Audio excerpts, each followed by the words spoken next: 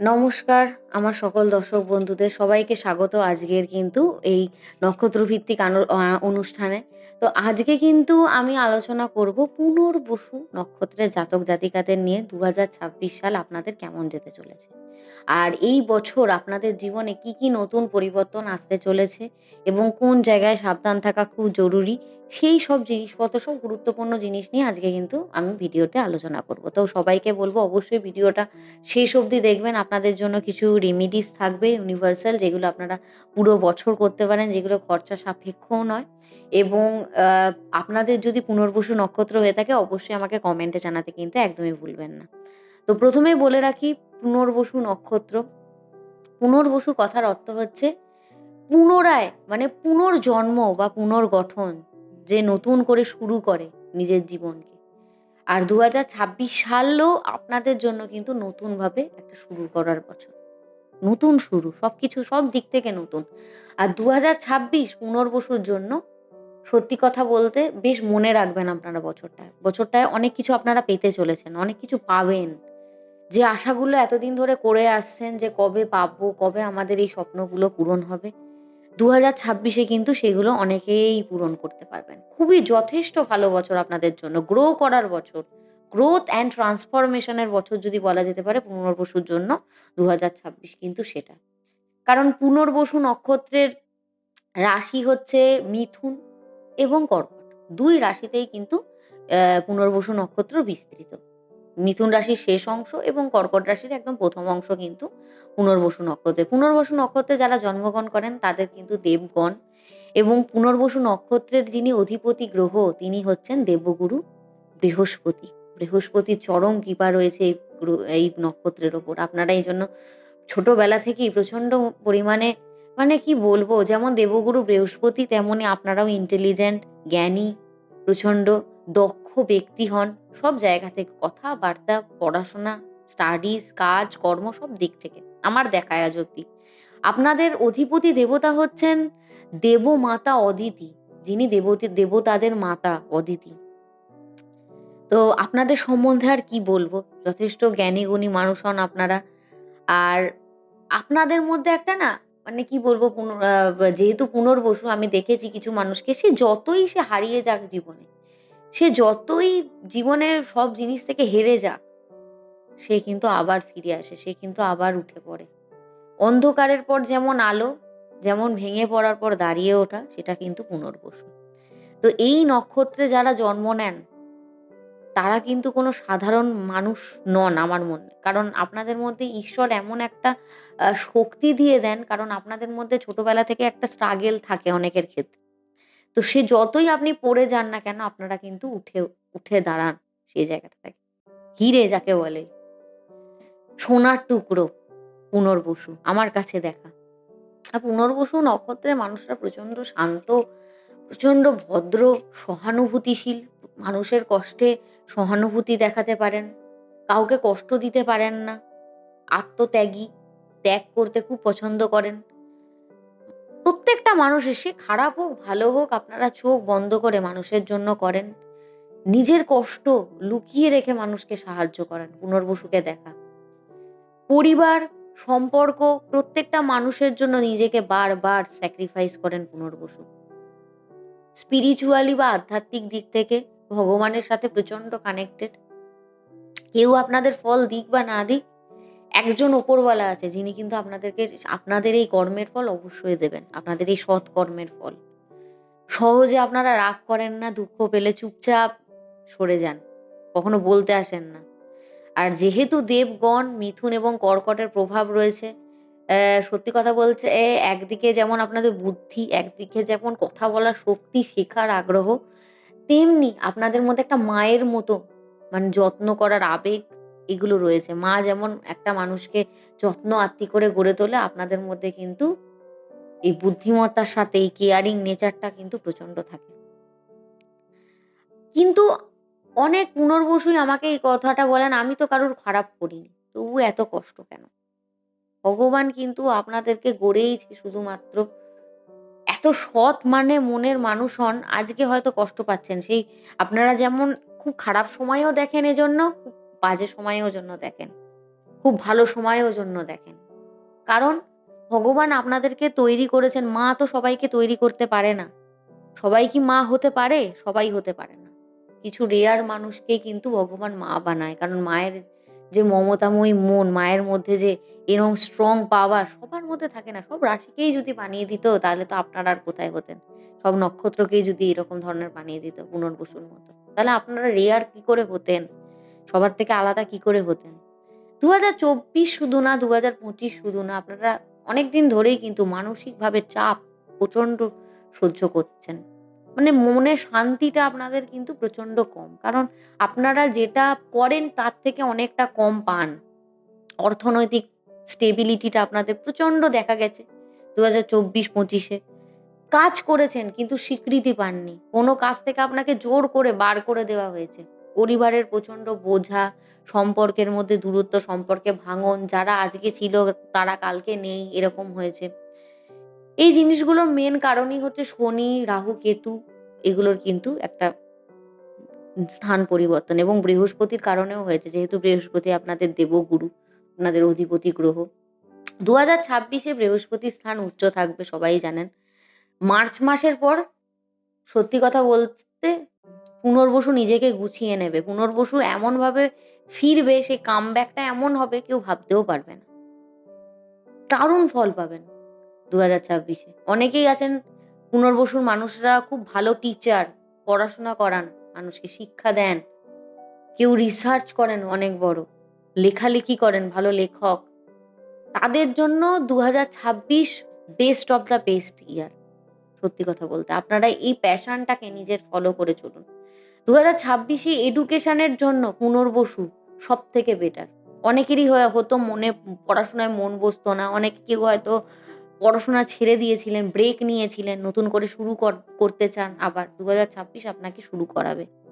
Teaching, counselling, astrology, psychology, law, philosophy, government exam, higher education, বিদেশে পড়াশোনার যোগ, এগুলো কিন্তু প্রচুর রয়েছে পুনর্বসু। টিচার, মেন্টর, হিলার, যারা নলেজ বেসড ফিল্ডে চাকরি করেন তাদের জন্য কিন্তু ২০২৬ একটা ব্রেক থ্রু ইয়ার আপনাদের জন্য। আপনারা জাস্ট চোখ বন্ধ করে ২০২৬ এ কিন্তু গেইন করবেন, গ্রোথ করবেন। যারা এখন পিছিয়ে গেছেন তারা হঠাৎ করে কিন্তু ২০২৬ এ এগোবেন। দেবগুরু বৃহস্পতির কৃপায়। স্পিরিচুয়ালিটির দিক থেকে ২০২৬ এ ঈশ্বরের দিকে প্রচন্ড টান অনুভব করবেন। হঠাৎ করেই আপনাদের স্পিরিচুয়াল জিনিসপত্রের মধ্যে একটা অ্যাট্রাকশন ফিল হবে। মন্ত্র চান্টিং, পূজা করা, মেডিটেশন করা হঠাৎ করে করতে ইচ্ছা করবে। আর মায়ের আশীর্বাদ, মায়ের সাপোর্ট বাড়ি থেকে কিন্তু প্রচন্ড পাবেন। ফেমিনাইন যে পাওয়ার সেটা কিন্তু প্রচন্ড পাবেন। মাঝে মধ্যে স্বপ্ন আসবে দেবতাদের, ইনটিউশন আরো জাগবে আপনাদের ইনটিউশন পাওয়ার। তো সত্যি কথা বলতে যেহেতু বৃহস্পতির একটা উচ্চস্থ অবস্থা থাকবে ২০২৬ এ, সেই কারণের জন্য দেবতাদের যে একটা আশীর্বাদ পুনর্বসুর উপর কিন্তু প্রচন্ড থাকবে।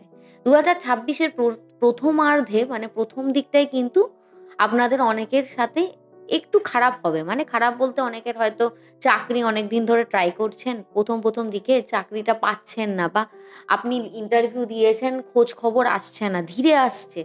আপনাকে জানানো হচ্ছে না। এই ঘটনাগুলো হয়তো কেরিয়ারের দিকে অনেকে ফেস করবেন। তবে সেটা পার্মানেন্ট নয়, সেটা টেম্পোরারি। কারণ ১ম দিকে বৃহস্পতি রিট্রোগ্রেড অবস্থা থাকার জন্য এটা একটা ফিল করবেন। তবে যেই মধ্যভাগ মার্চ মাসের পর থেকে দেখবেন আপনারা হঠাৎ করে নতুন সুযোগ, পুরোনো একটা কাজ করে রেখেছেন সেটার ফল পাওয়া, প্রমোশন, জব চেঞ্জ, জবে ইনক্রিমেন্ট বা প্রমোশন, ফ্রিল্যান্সিং বা কনসালটেন্সি কাজ করছেন সেখানে আরো ভালোভাবে বৃদ্ধি হওয়া, ঠিক আছে? এডুকেশন ফিল্ডও তো আমি বলেইছি, রাইটিং ফিল্ড, এছাড়াও হচ্ছে যারা খুব ভালো বক্তৃতা দিয়ে থাকেন, ঠিক আছে? তাদের ক্ষেত্রে ভালো। HR, কাউন্সেলিং, অ্যাস্ট্রোলজিতে অনেকে আছেন, তাদের জন্য কিন্তু ২০২৬ বেশ ভালো বছর মার্চ মাসের পর থেকে। মে-জুনে তো আপনারা নিজেদের কেরিয়ারে যথেষ্ট সাফল্য দেখতে পাবেন। যারা বিদেশে জবের জন্য ট্রাই করছেন বা গভর্নমেন্ট জবের জন্য ট্রাই করছেন ২০২৬ পুনর্বসু কিন্তু ক্র্যাক করে ফেলবে। এটা কিন্তু নিজের মনে হাত রেখে কিন্তু আপনি করতে পারেন ফর সিওর। ফাইন্যান্সের দিক থেকে খরচা থাকবে। এই নয় যে খরচা একদম হবে না। কিন্তু তার সাথে, সাথে মাল্টিপল সোর্সেস অফ ইনকাম কিন্তু আপনাদের থাকবে। অনেকেরই আছে না, অনেককে পুরনো টাকা দিয়েছেন, ফেরত পাচ্ছেন না, এতদিন ধরে পাবেন। প্রপার্টি রিলেটেড গেইন হবে। কিন্তু হঠাৎ খরচ থাকবে। কোন জায়গায় শো অফ করবেন না। একটা কথা বলব পুনর্বসুকে, হঠাৎ, হঠাৎ গেইন হবে তো ২০২৬ এ হতে পারে। অনেকে সোশ্যাল মিডিয়ায় ভালো রিচ পাবেন, ঠিক আছে? কাউকে শো অফ করবেন না, কাউকে বলবেন না। নিজের মনের মধ্যে রেখে দেবেন। না হলে কিন্তু নজর লেগে সব কিন্তু শেষ হয়ে যাবে। চুপচাপ কাজ করবেন। কাউকে কোনো কথা বলারই দরকার নেই। ২০২৬ আপনাকে আনএক্সপেক্টেড কি, কি দেয় সেগুলো শুধু বসে, বসে দেখবেন। কিছু বলারই দরকার নেই কাউকে। তাই জন্য বলব খরচা এজন্য কিন্তু থাকবে। বাজেট নিয়ন্ত্রণ করে কিন্তু চলতে হবে। খরচা কিন্তু ২০২৬ এ থাকবে। কিন্তু এই নয় যে আপনারা ইনকাম করতে পারবেন না। ইনকাম কিন্তু হাই লেভেলের থাকবে। তো সেরকম ইনকাম থাকবে, সেরকম খরচাও হবে। তো ব্যালেন্স হয়ে যাবে। ট্রেডিং বা কোনো ইনভেস্টমেন্টের ক্ষেত্রে বলব রিয়েল এস্টেটে বেশ ভালো। আদারওয়াইজ দিকগুলোতে কিন্তু রিস্কি থাকবে ইনভেস্টমেন্ট। ঠিক আছে? ট্রেডিং এর ক্ষেত্রেও বলব লং টার্ম ট্রেডিং যথেষ্ট ভালো। এগুলো করতে পারেন। রিলেশনশিপের ক্ষেত্রে আমি যদি বলি, রিলেশনশিপের ক্ষেত্রে আপনারা প্রচন্ড স্যাক্রিফাইস করে থাকেন। পরিবারের দিক, নিজের রিলেশনশিপের দিকটা প্রচন্ড দেখে। তাই জন্য পরিবারে যথেষ্ট শান্তি থাকবে। মায়ের সাথে বিশেষ করে সম্পর্ক যথেষ্ট ভালো হবে। যারা সিঙ্গেল তাদের জন্য এই বছরে কিন্তু নিউ রিলেশনশিপের যোগ রয়েছে। কিন্তু ম্যারেজ যাদের হচ্ছে না তাদের এই বছর ম্যারেজ একটু ডিলে হবে। তবে ২০২৬ এর অগাস্ট মাসের পর কিন্তু ফেভারেবল রয়েছে। রিলেশনশিপ ভাঙবে। যাদের মিনিংফুল বা ট্রুথফুল বা টক্সিক রিলেশনশিপ তাদের কিন্তু রিলেশনশিপ ভেঙে যাবে। যারা মিনিংফুল রিলেশনশিপে নেই, কমিটমেন্ট দিচ্ছেন না এতদিন ধরে, তাদের রিলেশনশিপ ভেঙে যাবে। তবে যাদের সত্যিকারের রিলেশনশিপ অবশ্যই টিকে যাবে। যারা ম্যারিড কাপল তাদের কিন্তু রিলেশনশিপে যথেষ্ট উন্নতির যোগ রয়েছে ২০২৬ এ। এতদিন ধরে অনেকেই মনোমালিন্য বা কথাবার্তায় ঠিকঠাক হচ্ছিল না। এই বছরে কিন্তু সেই ঝামেলাগুলো অনেকটা কাটবে। চিলড্রেনের দিক থেকে বা সন্তান যোগের অনেকেই জিজ্ঞাসা করেন। সন্তান যোগ আছে। সন্তান নিয়ে দুশ্চিন্তা অনেকটাই কমবে। সন্তান আপনার এবারে যে ফিল্ডেই থাকুক না কেন খুব ভালো রেজাল্ট করবে। সন্তানের এডুকেশন এবছরে খুব ভালো হবে। সন্তানের যোগ কিন্তু এবছরে রয়েছে। যারা সন্তানের জন্য প্ল্যানিং করছেন ২০২৬ এ করতে পারেন। হেলথের দিক থেকে যদি বলি আপনাদের একটু দাঁতে ব্যথা, মাথার সমস্যা, মাথা বলতে মাথায় ব্যথা বা মাথায় চোট লাগা, ডাইজেশন রিলেটেড প্রবলেম, ঘুমের প্রবলেম, ঘুম প্রচন্ড দেরিতে হওয়া রাতে, ঠিক আছে? ঘুম না আসা, অ্যাংজাইটি থাকা, আ বুকে জল বসে যাওয়া বা কফ বসে যাওয়া, ঠান্ডা লেগে যাওয়া অত্যধিক। তো এইগুলো কিন্তু হতে পারে। ২০২৬ এ রিকভারি হবে এই নয় যে সবসময় সমস্যা থেকেই যাবে। অত্যধিক বড় কোনো সমস্যা ২০২৬ এ হেলথের দিক থেকে কিন্তু নেই। তবে মাথায় কিন্তু চোট লাগার সমস্যা থাকতে পারে। সেটা একটু দেখে পায়ে মাঝে মধ্যে হাঁটা চলা একটু দেখে শুনে কিন্তু করতে হবে। বেস্ট মান্থ এর মধ্যে ২০২৬ এ যেটা আমি দেখতে পাচ্ছি, ফেব্রুয়ারি থেকে মার্চ, জুন, অগাস্ট আর নভেম্বর, ডিসেম্বর যথেষ্ট ভালো মাস এইগুলো। আর্থিক বলুন, কেরিয়ার বলুন, যেদিকে বলুন না কেন, কম্পিটিটিভ এক্সাম বলুন, সব দিকে কিন্তু বেস্ট মান্থ ২০২৬। আর চ্যালেঞ্জিং মান্থ এর মধ্যে যেহেতু জানুয়ারি একটা চাপ থাকবে, টাকা পয়সা খরচার পরিমাণ বেশি থাকবে।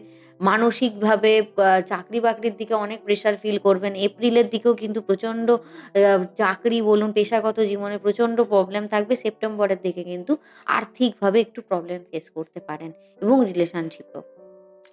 সবথেকে বড় কথা ২০২৬ এ নিজের কথা, নিজের মনকে ফলো করে চলবেন। নিজের ইনটিউশনটা শুনবেন। ইনটিউশনের দিক থেকে প্রচন্ড হাই লেভেলে থাকেন আপনারা। অতিরিক্ত স্যাক্রিফাইস করা বন্ধ করুন। মানুষের জন্য করাটা একটু বন্ধ করতে হবে। একটু সেলফিশ হতে হবে, একটু নিজের জন্য ভাবতে হবে। আমি আদ্রাকেও বলেছি, আপনাদেরও বলব, না বলতে শিখুন। মুখের ওপর না বলে দেবেন। সবসময় দরকার নেই আপনাদেরকে আগ বাড়িয়ে কারোর জন্য কিছু করার। আ আধ্যাত্মিক জিনিসটা বাড়াতে হবে, ঠাকুরের সাথে কানেকশনটা। আর নিজের ভ্যালুটা বুঝতে হবে যে আপনারা কিন্তু ফেলনা নয়। আপনাদের ভালোবাসাটা কিন্তু ফেলনা নয়। ইউনিভার্সাল পুনর্বসুর জন্য কিছু রেমেডিস আমি বলব। যেহেতু আপনারা বৃহস্পতির নক্ষত্রে জন্মগ্রহণ করেছেন, ইয়েলো কালার, হলুদ কালার, সাদা colour, cream colour, light green colour, এই কালারগুলো কিন্তু, হোয়াইট কালার যেটা বললাম, এই কালারগুলো আপনাদের জন্য কিন্তু সুইটেবল। যেকোনো ইম্পোর্টেন্ট ডেজ, কোনো ইম্পোর্টেন্ট ওয়ার্ক এ থাকলে এই ড্রেসগুলো বা এই কালারের রুমালও আপনারা সাথে করে কিন্তু ব্যবহার করতে পারেন। যেকোনো রকমের ডিপ কালার গুলোকে এভয়েড করবেন আপনারা। আপনারা অবশ্যই বৃহস্পতিবার করে আপনারা মা লক্ষ্মী নারায়ণের আরাধনা করতে পারেন। আপনারা মহাদেবের আরাধনা করতে পারেন। আপনারা বৃহস্পতি দেব যিনি রয়েছেন, বৃহস্পতায় নামা এই মন্ত্রটা ১০৮ বার করে আপনারা জপ করতে পারেন। এগুলো করলে কিন্তু মোটামুটিভাবে মেন্টাল যেমন পিস থাকবে, তার সাথে, সাথে আর্থিক উন্নতিও কিন্তু থাকবে। অবশ্যই আপনারা কিন্তু দেবগুরু বৃহস্পতি এবং তার সাথে, সাথে আপনারা মা লক্ষ্মী বা নারায়ণের কিন্তু অবশ্যই পুজো করুন। আপনার ওম নমো ভগবতে বাসুদেবায় এই মানে মন্ত্রটা কিন্তু যেকোনো ইম্পোর্টেন্ট ডেজ যখন কাজে যাচ্ছেন অবশ্যই এই মন্ত্রটা ১১ বার বা ১০৮ বার জপ করে কিন্তু যেতে পারেন। সেই কাজে কিন্তু সাফল্য আপনাদের রয়েছে। তো ২০২৬ সাল যারা ভাবছেন পুনর্বসুর মানুষরা ২০২৫ এর মতোই আবার ভাঙার বছর, একদম না। আপনাদের ২০২৬ কিন্তু গড়ে ওঠার, গড়ে তোলার বছর। হারানোর নয়, ফেরানোর বছর, সবকিছু ফিরে পাওয়ার বছর। আর তার সাথে, সাথে অন্ধকার থেকে কিন্তু আলোর দিকে ঘুরে যাওয়ার বছর। তো অবশ্যই আমি বলব আপনারা যারা পুনর্বসু নক্ষত্র আছেন, একদম একটা ভালো রিল্যাক্সিং মিউজিক শুনুন। ভালোভাবে একদম দীর্ঘশ্বাস, একটা শান্তির শ্বাস নিয়ে ২০২৬ এ নিজেদের পা রাখুন এবং অবশ্যই কমেন্ট করতে ভুলবেন না। আরো আদার্স নক্ষত্রের ভিডিও খুব তাড়াতাড়ি আমি আ পোস্ট করতে চলেছি। তো সবাই ভালো থাকবেন, সবাই সুস্থ থাকবেন।